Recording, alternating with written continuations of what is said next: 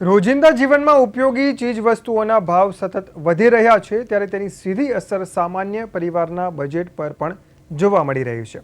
ખાદ્ય પદાર્થો, ઘર વપરાશની વસ્તુઓ, વ્યક્તિગત સંભાળની ચીજવસ્તુઓથી લઈને રિક્ષા, ટેક્સીના ભાડા અને બાળકોની ચોપડી, સ્ટેશનરી સુધી મોંઘવારીનો માર પડી રહ્યો છે.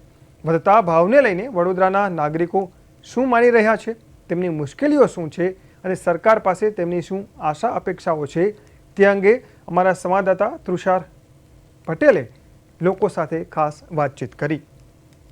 દેશ વિકાસના માર્ગે તો ચાલી રહ્યો છે, પણ સામાન્ય લોકો માટે હવે મોંઘવારી એ પ્રાણ પ્રશ્ન બન્યો છે. ત્યારે બજારમાં મળતી તમામ વસ્તુઓ જે છે એ ખૂબ મોંઘા ભાવે મળી રહી છે, જેને લઈને સામાન્ય જીવન જે છે હવે અસ્તવ્યસ્ત બન્યું છે. ત્યારે આપણી સાથે કેટલાક વડોદરાના સુજ્ઞ નાગરિકો છે, તેમની સાથે સીધી વાત કરવાનો પ્રયાસ કરીશું. અમિત, સૌથી પહેલાં તારી પાસે આવું તો જે રીતે મોંઘવારીનો સમય ચાલી રહ્યો છે, દરેક વસ્તુઓની અંદર હવે ભાવ વધ્યા છે, સામાન્ય માણસના બજેટ પર તેની અસર થઈ રહી છે, શું કહીશ? મોંઘવારી તો દિવસે દિવસે વધી રહી છે. કોઈ પણ વસ્તુ તમે જો, અત્યારે ક્રૂડનો ભાવ પણ ડાઉન થઈ ગયો છે, તેમ છતાંય પેટ્રોલ ડીઝલના ભાવ વધી ગયા છે. એને લીધે જીવન જરૂરિયાત વસ્તુ છે એના પણ ભાવ વધી ગયા છે આ લોકો. એટલે સરવાળે તમને એક એક્ઝામ્પલ આપું છું કે આ બરોડાની અંદર તમે કોઈ પણ બેકરી જોઈ લેશો ને તો ત્યાં છે ને અલગ અલગ વસ્તુનો અલગ અલગ ભાવ હશે. દરેક બેકરીનો પોતાની આઈટમ પ્રોડક્ટનો અલગ જ ભાવ છે. ત્યાં કોઈ ભાવનો કંટ્રોલ રહ્યો નથી. આવી રીતના ઘણી બધી જગ્યા છે કે જ્યાં જીવન જરૂરિયાત વસ્તુ છે તેનો ભાવ દિવસે દિવસે વધતો જાય છે.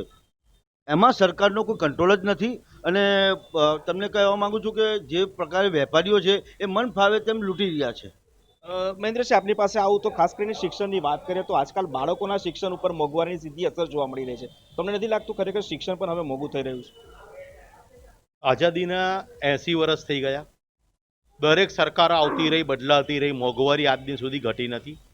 અત્યારે જે મોંઘવારી પાછળનું મુખ્ય કારણ આવ્યું, જેની અંદર સરકાર ગંભીર નથી થઈ રહી, જ્યાં ભ્રષ્ટાચારનો દર વધી જાય, કરપ્શન વધી જાય એટલે મોંઘવારી ઓટોમેટિક વધે. આજે તમે જુઓ કે જે બ્રિજ 100 કરોડમાં બનવો જોઈએ એ 600 કરોડમાં બને છે. કોઈ પણ સરકારી નાનામાં નાનો પ્રોજેક્ટ તમે જોઈ લો, એના જ 5 ગણા ભાવ કરો ત્યારે એ પ્રોજેક્ટ પાર પડે છે. એનો મતલબ કરપ્શન વધી ગયું છે. એ કરપ્શન અત્યારે એટલું ભારે પડી રહ્યું છે કે મોંઘવારીને ગાંઠી નથી રહ્યું. સરવાળે તમે આમ ઉતરો કે આમ ઉતરો, સીટ તમારી ખાટલા વચ્ચે આવવાની છે. ક્રૂડ ઓઇલ જ્યારે સસ્તું હતું ત્યારે 65 રૂપિયા પેટ્રોલ મોંઘું પડતું હતું. આજે ક્રૂડ ઓઇલ સસ્તું હોવા છતાંય હજુ બી 100 રૂપિયા લોકોને ઓછા પડી રહ્યા છે.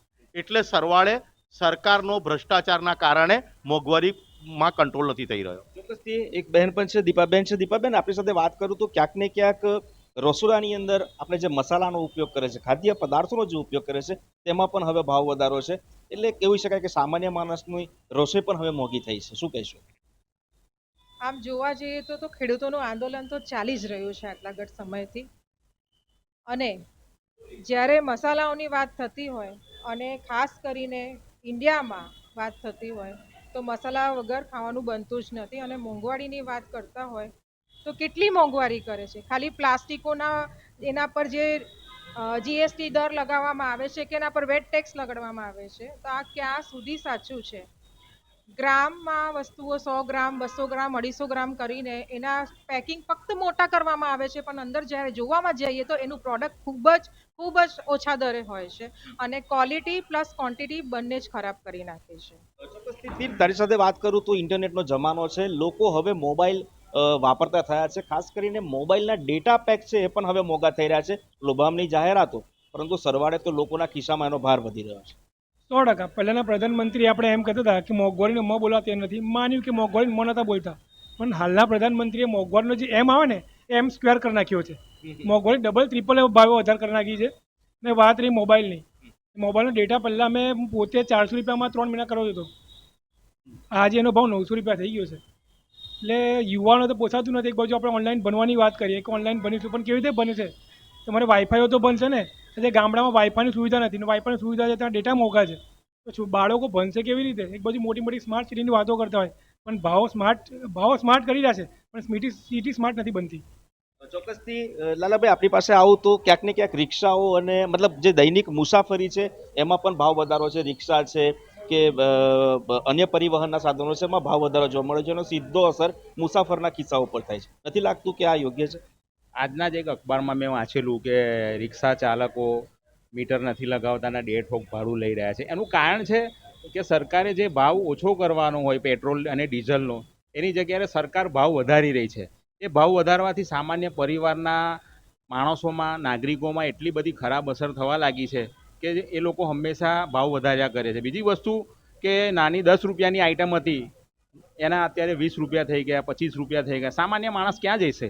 એટલે મારું તો સરકારને એક એવું કહેવું છે કે હવે તમે સુધરી જાઓ, નકર તમારી હાલત ખરાબ થવાની છે.